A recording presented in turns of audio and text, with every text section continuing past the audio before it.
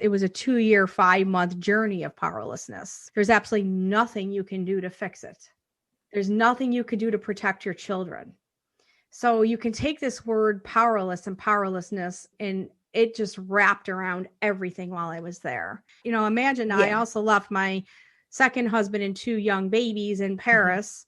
So I was doing a lot of red-eye flights. I'd go for the weekend and I'd fly back to New York again. And, this went on for quite some time. I was living like this double life going on, taking care of 3 children on one continent and flying over the pond. And there was a lot of moments of reflection, on those late night flights, and a lot of emotion, and a lot of it, everything. And I haven't really talked about this. Hey, everyone. Let's start healing. I'm Adrienne Murchison, and welcome to episode 88 of the Let's Start Healing podcast. We have more in common than we think, and what we have in common can change the world. And it starts within ourselves. That is what resonates for me always, and also with my guest today, Lisa Marie Runfalo. She lives outside of Evanston, Illinois, but for many, many years, she and her family lived overseas. They lived in Paris and England and Switzerland, and she has some experiences to share about what she went through there, also about traveling back and forth from there to the U.S. at a time when her ex-husband was gravely ill.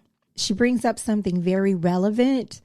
I've never been married, but I'm around so many married people in my family and among my friends. And many people are on their second marriages, right? She brings up the emotion around when an ex-spouse dies. And that's a real thing. And I actually witnessed that in my own family more than once. Love is a profound thing. Lisa Marie shares a lot of the things that she went through. I'm always so exhilarated by people who really go there, who really go deep within themselves. It's so hard. One of the things that is starting to sink into my DNA is this spiritual enlightenment that I have and want to have. It's a constant work. Because we're human beings, it's so easy for us to leave that place because of, just dealing with everyday life. And I've beaten myself up about that for a good while now. And I'm starting to realize, even though I've heard it before and understood it in my head, I'm starting to realize that it really is something that we constantly have to work at for many of us. I know it's true for me. I used to hear Marianne Williamson speak of our spirit as a spiritual muscle and the need to develop that just as we would our physical muscles. I'm seeing that that is so true. The more knowing I have, the less trouble I get in terms of how strong I am spiritually and whether or not I'm going to fall into my head, whether or not I'm going to fall into my human thoughts. I have a friend, and we used to get into spiritual conversations a lot, and he would get on me about different things that he thought I should be knowing spiritually within myself. And I used to say, I'm getting there. I'm working on it. Like, I understood what he was saying, and I was trying to get him to know, I'm working on it. I'm getting there. And he would say to me, yeah, but you're not there because you don't know. And if you don't know, then you're not there. If you think the thing, then you don't know the thing, right? I would just be like, but, just as the years have gone by, I have realized how right he is. As far as my experience, there's things I know spiritually, and there's things I struggle with spiritually. There's things I struggle with believing because I want to believe negative things about myself sometimes.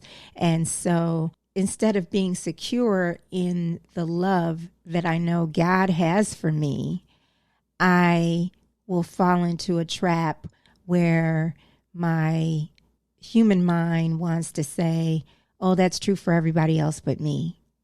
My human mind will want to fall into that trap.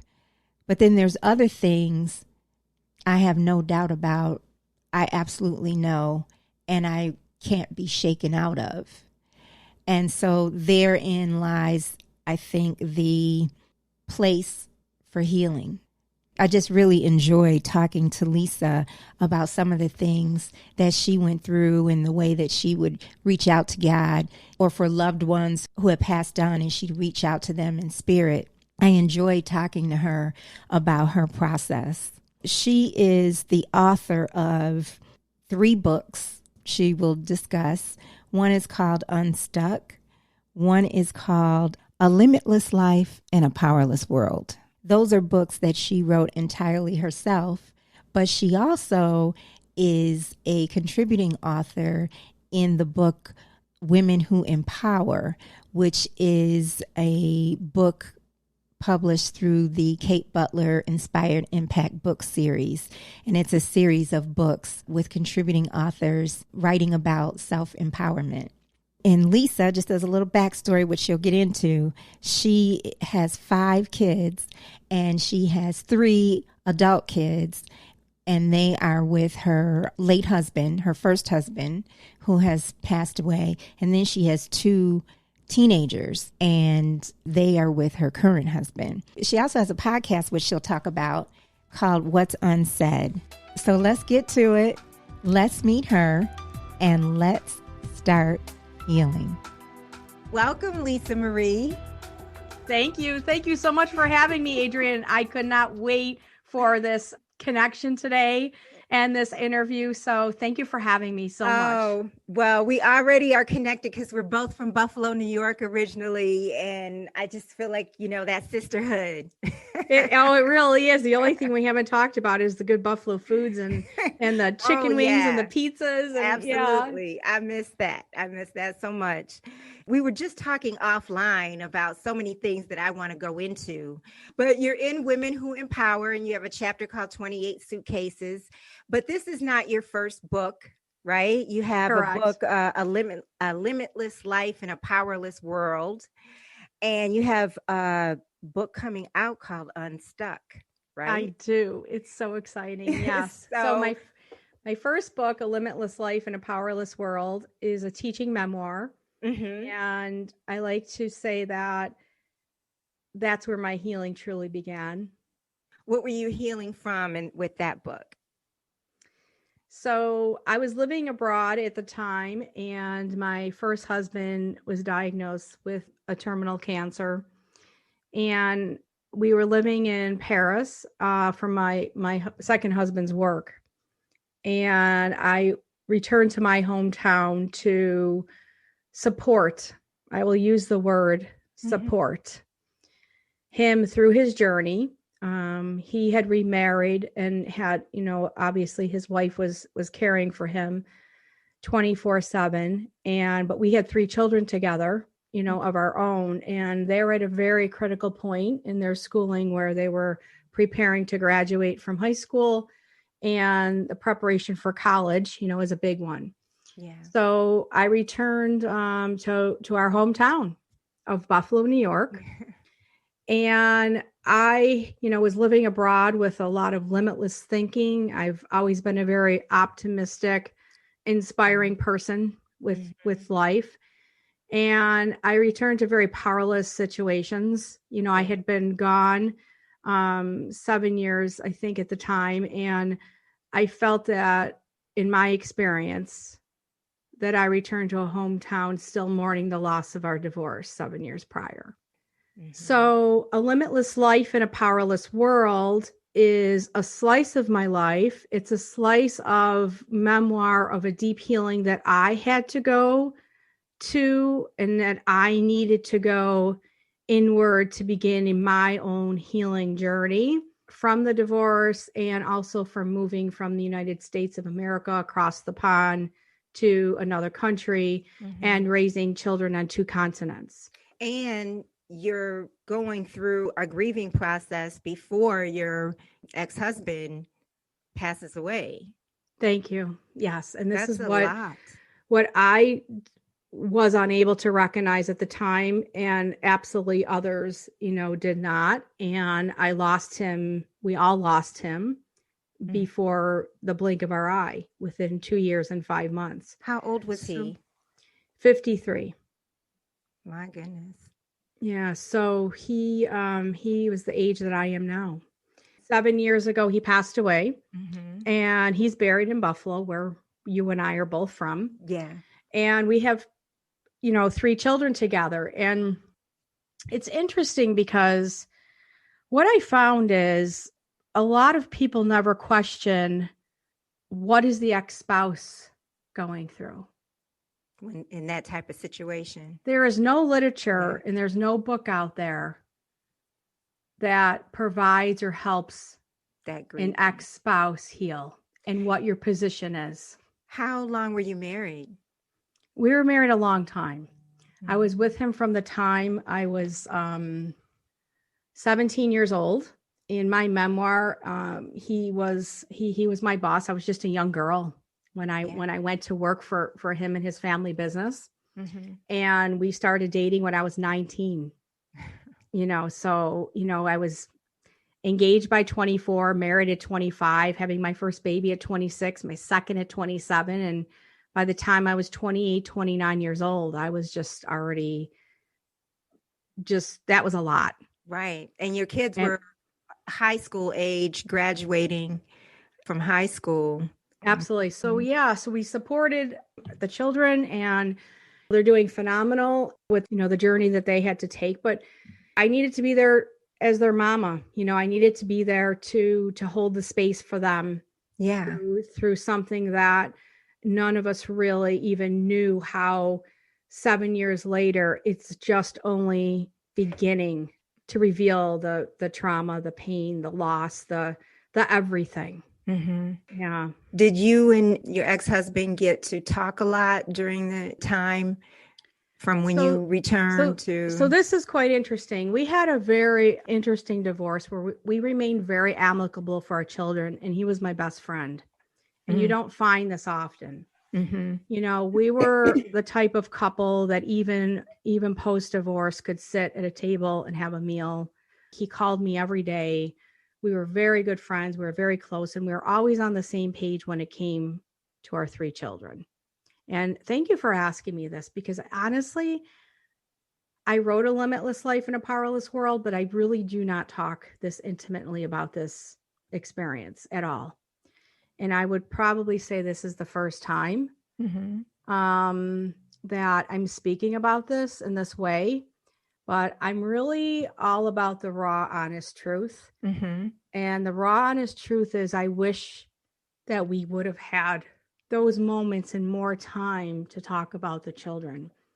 And I believe I wrote in my book, I feel that he wasn't really in a place, obviously he didn't want to leave. He didn't want to die. He didn't want to, from my experience, I can only speak from my experience with him. I think in order for him to do that, he would have had to accept the fact that he had a terminal illness and he wasn't going to be there for him. And it was too painful of a place to go. To talk about the children that you had together, and what types of things did you want to talk about? How they would remember him, or things he might want them to know? What was on your mind? Yeah.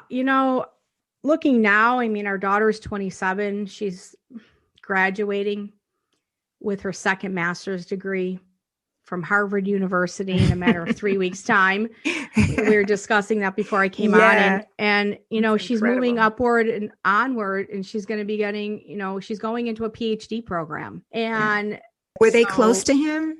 Yes, very. And especially our youngest son, he stayed there the longest through his illness. Yeah. Older two are off at college. So I think the questions I have now are, it's hard. How do you know what to really ask? I think it would have been, our youngest son has one last writing from him, like a birthday card writing. Yeah.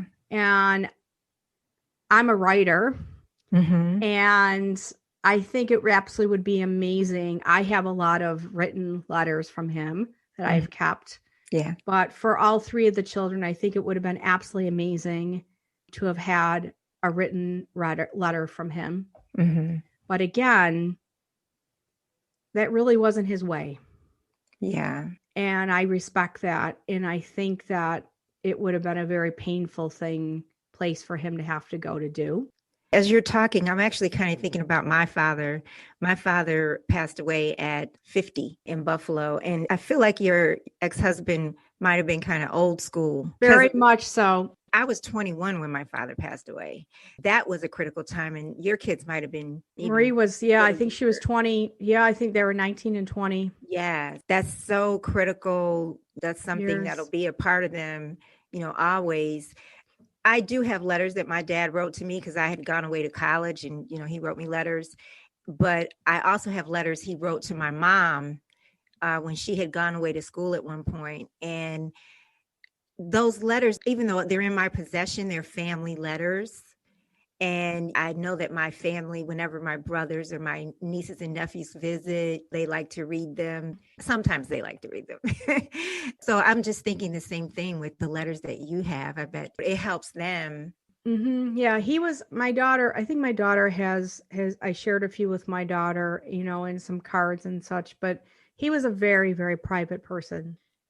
It was extremely difficult for me to write the memoir because anyone that is publishing a book or anyone that would know, memoir is written from your experience only. And you have to be ready to write memoir. And I'll never forget the day my editor asked me to write a chapter in my book. And I said, oh my gosh, I can't say that, or I can't go there. I have 5 children. How am I going to write all that? And she said, well, you are not ready to write memoir then.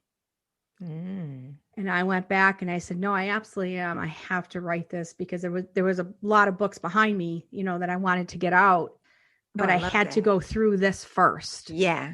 I knew that it was critical that I needed to release this from my inner being. And I needed to really do that excavation and really dig deep to put this out there for myself. And I knew that it would be touching other women's hearts around the globe.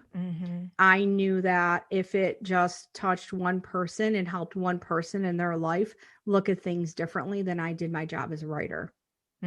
So A Limitless Life in a Powerless World is my teaching memoir. I call it that because at the end of each chapter, it has questions of reflection that can be used either in book club group or while you're standing there washing the dishes. It's really not even anything that you need to write down. It can just be reflecting as you go through your day.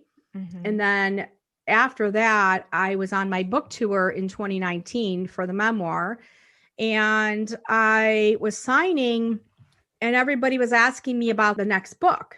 And I said, well, I'm really considering writing this book about becoming unstuck, about unsticking yourself, because I've perfected the art of unsticking. I'm like the master of unsticking, traveling back and forth and living around the world and going from, just, I have a ton of resilience and forgiveness that is just astounding for others. They just can't even believe the situations I've been in and I've put myself in and how I've gotten out.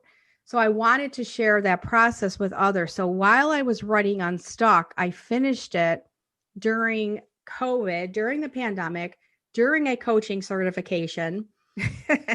And I was approached by one of my colleagues in my coaching certification. They introduced me to Kate Butler. And Kate has this book series, the Inspired Impact book series. And she had this book coming out, Women Who Empower. We set up a call and the rest is history. And Kate said to me, Lisa Marie, you absolutely need to put your story in this book. She said, I'm going to tell you 2 things. 1, there is only 1 spot available. And 2, you have 2 weeks to write your story. I was in the middle of my practicum for my coaching certification that I was in for a year at this Is program. this a life coaching certification? It is. I'm a Okay. certified Love and Life coach. I specialize in boundary coaching. Oh, gosh. There's so much I want to ask you. Long story short, I wrote 28 Suitcases, and it is the bridge. I call it the bridge between A Limitless Life and a Powerless World, which is now moving to be my third book, Unstuck, and 28 Suitcases is Women Who Empower, is like right in the middle. And you, Unstuck is written, right? Oh, it's completely done. So you have 3 books in 2 years. Correct. Right? And so, and the coaching certification. Right. and a pandemic. I want everybody to see this big smile on your face. and 5 children. So I want to ask a couple of things. One, talk about 28 Suitcases. I really love that chapter and how you are really just talking about a day. You know, it's not even a full day. You're talking about a situation in a day, and it represents so much. I want to ask you about Unstuck. I want to ask you something about A Limitless Life. But first, if you could talk about 28 Suitcases. Cool title. Thank you. So 28 Suitcases was one phenomenal moment. So as I mentioned earlier, we're an expat family. We've been living abroad since 2008. And most of my husband's family lives in Europe. He doesn't have any family here in the United States. And tell everyone what you mean when you say expat family. Oh, so an expat is when you do not live in your home country. My husband works for an international bank for 33 years, and he was offered a position in 2008 to work in London during the recession in the United States and the world. So we moved to England in 2008. And then shortly after, we moved to Paris, France in 2009. So we became international expats for an extended period of time. So we lived in Paris for 5 years, and then we moved back temporarily to the United States. And then we were offered a position in Geneva, Switzerland. So at this time, the first time we moved abroad, we only had 1 baby. By the time we moved abroad in 2018 to Geneva, we were now a family of 5. And your daughter, your youngest, was born in Paris, right? Yes, Aniela. That's correct. Yes, our youngest daughter was born in Paris in 2009, and both of our youngest girls were pretty much raised abroad, you know, with a different culture, different lifestyle. And well, that could be a whole nother show, Adrienne, because I have a lot to say about that. I've raised children in the United States and I've raised children abroad, and there is a grand difference. Yeah. So most of my husband's family lives in Switzerland and Germany, and we're incredibly blessed because my mother-in-law was failing her health. She was 90 years old. She passed away while we were in Switzerland. And I like to say, by the grace of God, we thought we were being brought there for a job. But what we were really brought there for was my husband was able to be with his mother while she passed. We were in Switzerland and she was in Germany, but my husband was able to take the train back and forth. Okay. So the whole time we were going through her end of life a journey, I was living in a hotel with our 3 children. So we were waiting for our housing, and we were moving from hotel to hotel. But when you work for a corporate international bank or some, big corporation, you usually have a corporate card. Getting into my chapter, 28 Suitcases. So what happened is my husband's card was expired. And because we had moved around so much, it was sent to various addresses that we were not at.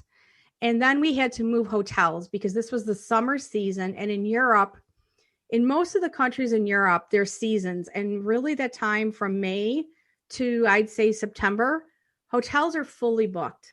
And we were waiting for our permanent housing, and we were living in temporary housing. Our children were already enrolled in international school. They got on the train every day. They took the 40-minute commute. They get off the train. They'd walk up the hill to the hotel we were staying at. But each hotel, because there were so many of us, we had 2 rooms. So we had to find hotels that had 2 rooms or one big suite or something. Yeah. So it was crazy. And we were bouncing back and forth between Switzerland and France and back over the border. And I mean, were doing anything we could. We'd load up this van with all these suitcases each time and pack up the kids. And meanwhile, they're going to school and we're still waiting for our housing. So we're at the last hotel, and the kids went to school. My husband was working, and I started packing up the 2 rooms, the suitcases. And in Geneva, it's French speaking, even though it is the country of the Switzerland. And my French is, I lived in Paris for 5 years, but I don't have great conversational French. I can understand. I can order my food, go to the patisserie, and hey, that's all you need, right? The patisserie. You just need to you just need to be able to order your pain au chocolat in the patisserie, and I'm all set. So another long story short here. My husband said, you need to get all the suitcases down to the lobby. We have to get checked out. And I said, well, did the corporate card show up yet? And he, je ne sais pas is, I don't know. We kept asking at the front desk if the card's there. They said that it was delivered, but not at the hotel we were staying at.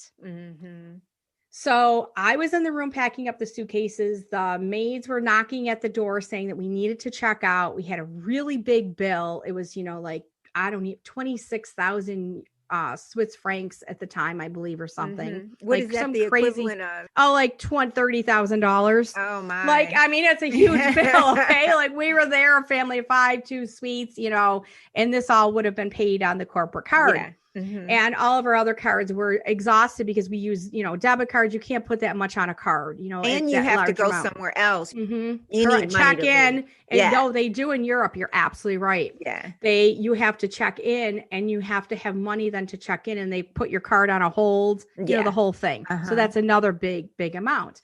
So here we are. I'm trying to pack up, and my husband said, well, I'm going to run down the street to all these. It was kind of a business corporate street. It reminded me of I don't even know, Magnificent Mile in Chicago or something. Okay. So he's running down. I'm putting all the suitcases on the trolley. He's running down the street trying to go in and out of all these different hotels looking for this package that was delivered that has the corporate card. Right. Okay.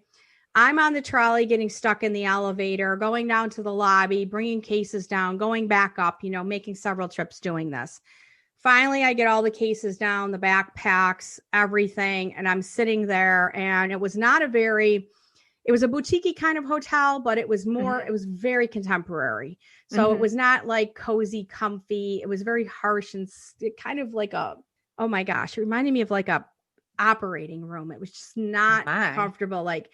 Just really red. It was just very bold and sterile, very sterile. So this was, I believe, a Friday, and all the business people were coming in and out and in and out. And there I am in the corner with all these suitcases, just sobbing, we were at our wits' end, and I just could not take another moment. It was that breakdown moment where I just put my hands together, and I just said, God, give me that courage, give me that strength that I need to see myself through this. I was just looking for a sign.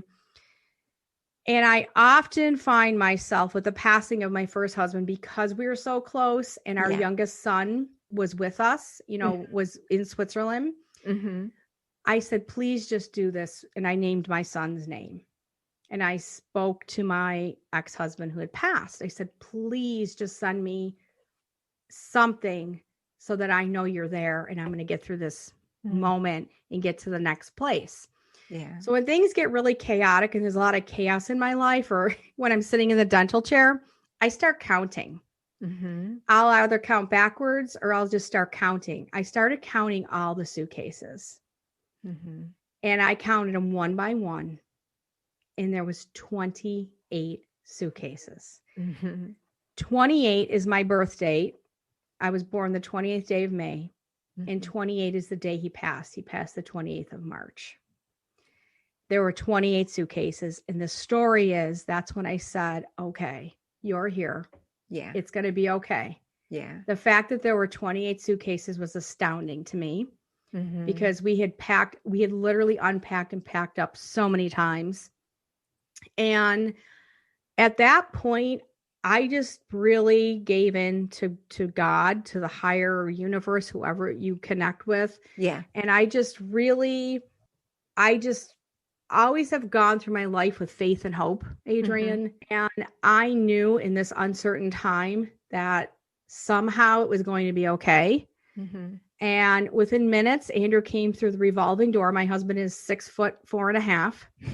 He had the big envelope. It was like I don't know if it was FedEx. I think it was DHL in his hand, waving it. You know, he's not a runner. He's 6'4", and he's like totally drenched in thread. He's like, I got it. And like everybody in the lobby is looking like, what the heck's going on? And there I was surrounded with all these suitcases where, you know, when you're traveling for business, you just have like your carry-on, your little black bag or your briefcase. Yeah. You don't have 28 suitcases. Okay. I looked ridiculous. I'm sobbing. I cannot comprehend. I know. I'm sobbing. You know, he's coming in like all drenched in sweat. And he's like, you know, here's the card. Let's pay the bill. We need to get out of here. We need to get to the next place. And, you know, it was just an incredible moment for me of getting myself unstuck again.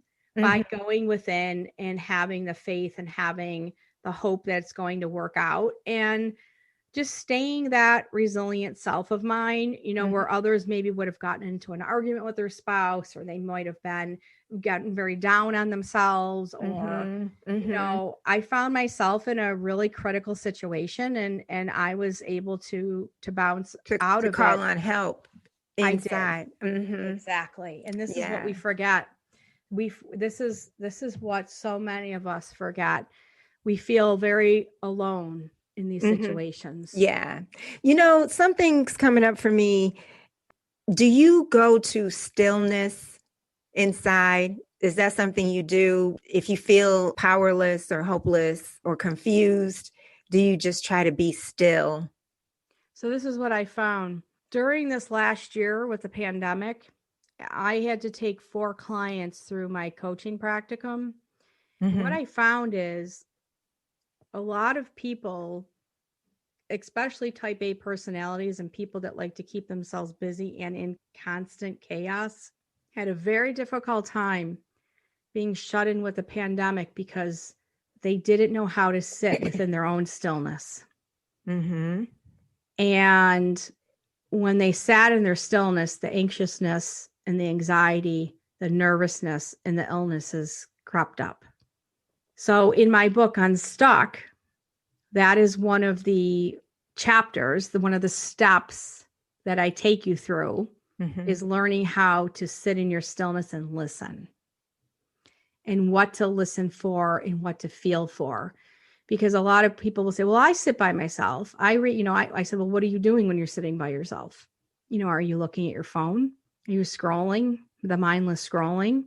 Are you listening to music? Are you listening to a podcast? What is it that you're doing? Are you really, really tuning in to your inner being and really listening? Right. And I think so many of us don't take this opportunity to do it. But once we do, and once you understand how to do that and to connect with another higher source, I feel that it'll help you find your way through any uncertainty in life. And what is your spiritual practice? Is that's something that you do in addition to other things as well? So I was raised Catholic and I'm Catholic, but it's more than just connecting with God. I think it's really, I lost so much of myself in my first marriage. And yes, I believe in God and I have an incredible religious faith, but it's also connecting to yourself. We lose ourselves in so many situations. We give our power away. And I've given my power away so many times, my old self. That was the first thing that I did. Right. We give our power away. And the other thing that comes into this is worthiness, because we feel we are not worthy. Absolutely. You know, it's so funny we're talking about this because I think about that. I work for a corporation in media, but I'm not a typical corporate person. In a great many years, I was out of the corporate world, structure, I should say. And I always think, oh, you know, we have to like put on a cloak or, give up part of ourselves. We have to like put on a uniform, like a figurative, uniform when we go into an office, it feels like. And this morning I was listening to an old Wayne Dyer recording, and I felt like he really crystallized it by saying that we feel like we're asked to give up part of ourselves. Mm-hmm. And that is what it is. I think that that's sort of a mistake that we make. And I'm using the corporate world as an example, but I think in life, especially women, but I'm sure many men would say the same thing, that we walk through the world thinking we're supposed to be a certain way. Right. And this is about giving ourselves permission to be who we are and connect with the beauty of who we are. Absolutely. Yeah. Absolutely. And especially as a young mom, I gave myself, because, a young wife and a young mama, that was my job and that's what I was supposed to do. But I didn't have good self-care then. I failed to stop, to recognize, to take care of myself. I didn't even know. Yeah. I didn't even know. And until I went through the boundary coaching program, I'm so grateful that I've come to the age where I know now it's healthy to say no, and no is a complete sentence. and it's healthy to have a morning and evening routine to care for myself so that I can be there to care for my family. What was the moment? What was the big awareness that you had when you realized, oh God, I have to set some boundaries, and not even have to, like, this is done, like now? What was that moment? What was the realization? Freedom. I was set free. During my boundary coaching program, well, I didn't have boundaries even when my ex-husband was sick. And that's why I found myself in the situation that I did. This whole boundary work really just came into my life at the end of 2019, October 2019. And going through that work was probably one of the hardest things that I've ever had to go through for myself. That inner work, that excavation, it was harder than writing my memoir, because it was all me. It was literally all me. And I felt freedom to know that it was okay to say no, and I needed to take care of myself first. Yeah. I know I'm saying this because I've gone through something similar in the past, of having to really deal with the negative ideas that I had about myself, like really just get with that, feel all of those things that I try to resist, but I really thought were true. Was that a part of it? Yeah. Yes. And I'm still working on this. So for me, it was the self-worth. Definitely And, for me too. Yeah, for me, a huge part of it is self-worth. I didn't feel worthy of things. So I gave everything away. So, even getting you get a coupon, I don't know, you buy something and you get a rebate. Okay. You get like I'm holding up a card here.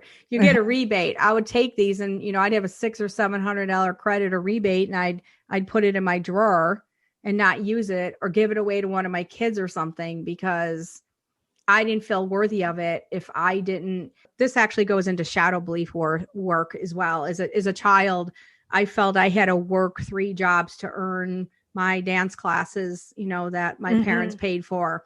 So everything in boundary work goes back to somewhere in your childhood, between that 9, 10, and 11 year age, that you walk through life with this shadow belief. Right. And, I always felt that if something was gifted to me, that it really wasn't mine because I didn't earn it. Or I wasn't worthy of having that beautiful, extravagant life, because that was for other people. That was for wealthy and rich people, and for people that had old money. And I didn't come from that. I came from a middle-class family where both my parents worked their job and then some. Yep. And yeah. I grew up with I call it the CS degree. And everyone's like, what is that? People say, oh, I have an MS. I have a master's. I have an MBA. I have a PhD. I said, well, I have a CS degree. Common sense. And I pride myself in that, because I grew up with a lot of common sense. So during the boundary coaching and during the excavation, I had to go to these places, and I've worked really, really hard for that whole year during the pandemic to earn the certification.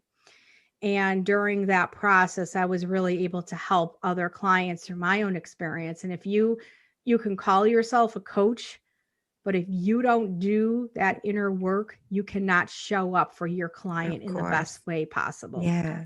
You said something a few minutes ago about finding yourself in the situation you were in when you came back to the States when your ex-husband was sick. I know you still had a love and a bond for him, but were you also dealing with the pain that you had experienced in the relationship?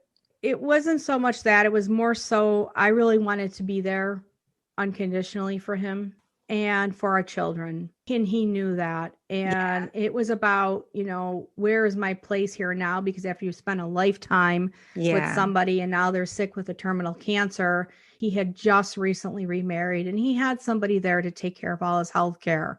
Yeah. And I made it very clear that I was here to support him, but it wasn't received as well as it should have been. And, a lot was kept from me and my children. And I feel that we were left out of a lot. And I feel badly for my children. Mm-hmm. They missed out on an incredible, it was his journey and he did it how he wanted to. Right. But I feel that with a little bit more kindness, and a little bit more grace, it could have ran a lot smoother. Right. So I was there as the buffer at the time, trying to keep, a smile on my face, the tears back behind my eyes, knowing what was really going on. Yeah. But trying to keep my children on par with school and their grades up. And, I was really there to support my children. And, my ex-husband knew I was there. And in any way that he needed me, if he reached out to me, I was available. Right. The title, A Limitless Life in a Powerless World, is powerless. Is that where I don't have control? I want to know what the title means for you, A Limitless Life in a Powerless World. Powerless is when I was put in a situation that was completely powerless to the point that maybe my help wasn't wanted or they didn't want to admit that they actually needed the help. I'm the life igniter, right? I'm here to turn the lights on in the room where him and, I'm here showing up with my limitless life. And, I've got Chatty Catty and Mrs. Kravitz over in aisle B7 in Wegmans going, well, what is she doing here? There's a good definition actually in the book of powerless. I'm sorry that I don't have it right in front of me right now, but yeah, I think there's a definition in there.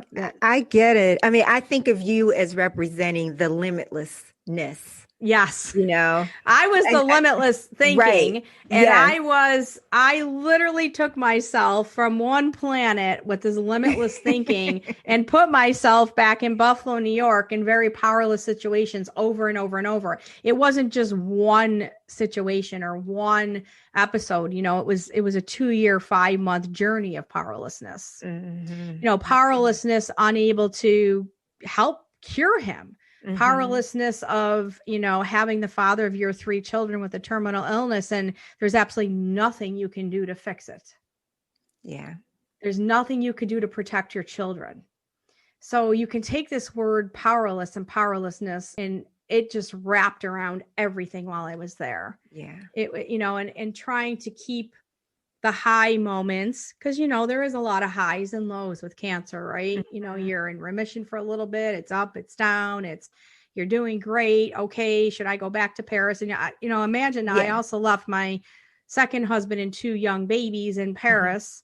So I was doing a lot of red-eye flights. I'd go for the weekend and I'd fly back to New York again. And, this went on for quite some time. I was living like this double life going on, taking care of 3 children on one continent and flying over the pond. And there was a lot of moments of reflection, on those late night flights and a lot of emotion and a lot of it, everything.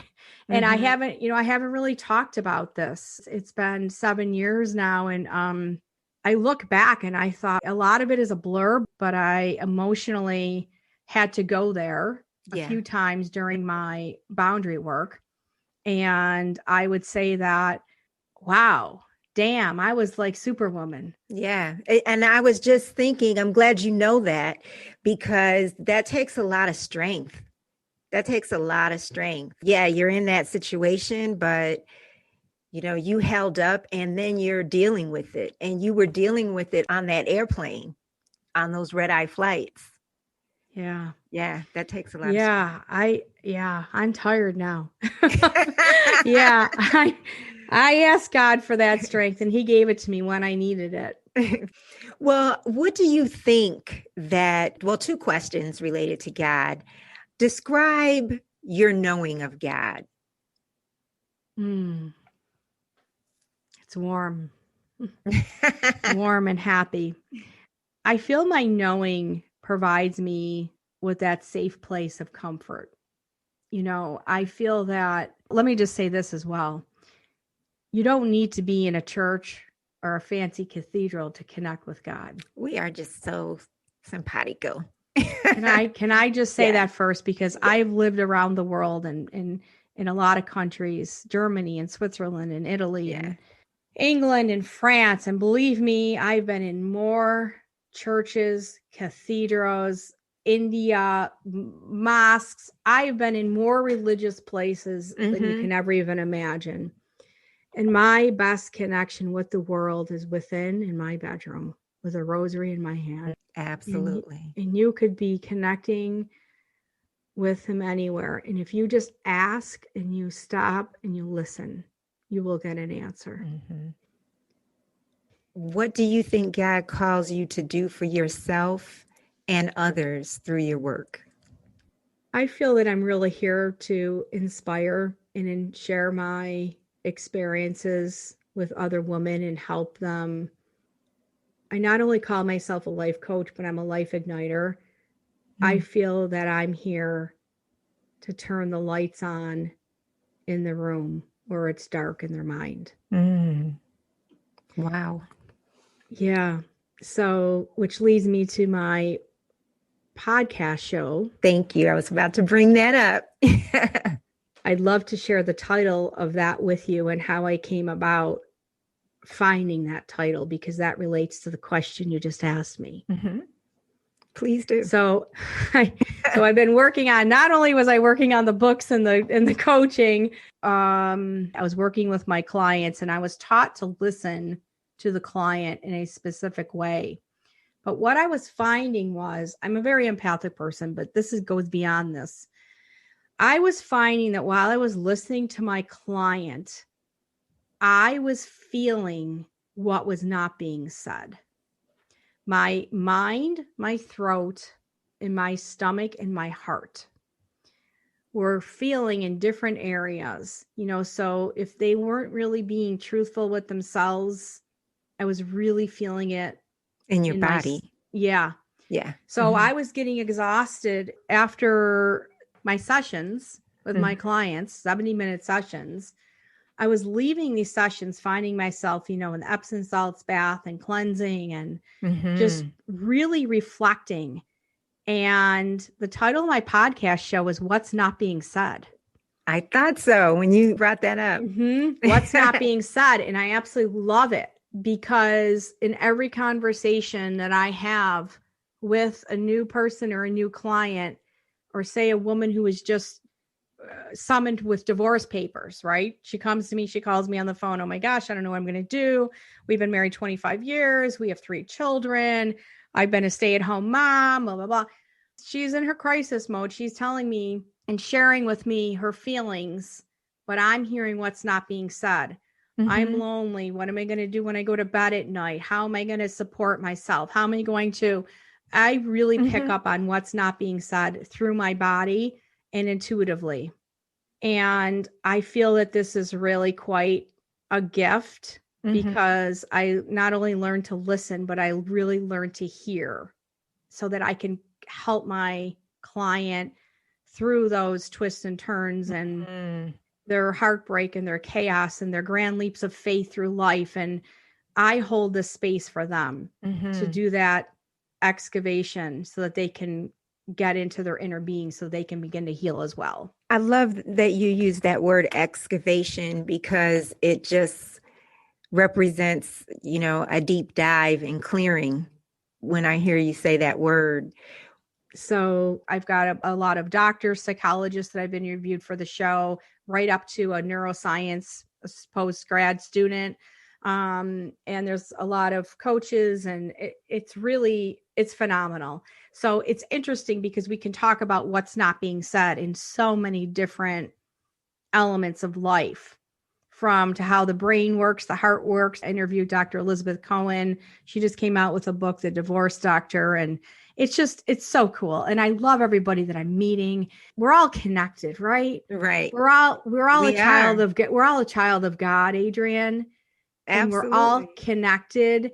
And I hold so much gratitude, and I'm so grateful for this podcast show launching, because I've been meeting some really incredible, resilient people. It's very exciting. And I'm so curious about what your conversations are around what's not being said. Are they talking about it from a professional standpoint? Are they talking about it from a personal standpoint, or both? Absolutely both. In most circumstances, I would say my guest will share a personal experience of their own journey of how they arrived at where they are, why they're a psychologist, why they're coaching, where their practice has taken them. There's a lot of TV personalities that I've interviewed that have been, TV hosts on really big shows, and now they're coaching other women and men, not just women, and I also have men on the show as well. So it's very relatable to everybody. Oh, I've just enjoyed every conversation. It's just so much fun, and I'm just keeping it going. So it's really all topics of what's not being said in our lives. So much. Yeah. So much. Everything. Sometimes we just surface talk, right? Like, how are you today? Oh, I'm great. Not, well, was up all night with the baby and I'm really exhausted. And when you can really get into somebody and make that connection, that's when the true healing begins. We all have an opportunity to help each other heal. Those are a part of my prayers. My daily prayers are about having what my study calls a holy instant with another person, because we are all connected. I feel the pandemic should have made that evident to everyone on planet Earth that we're all connected.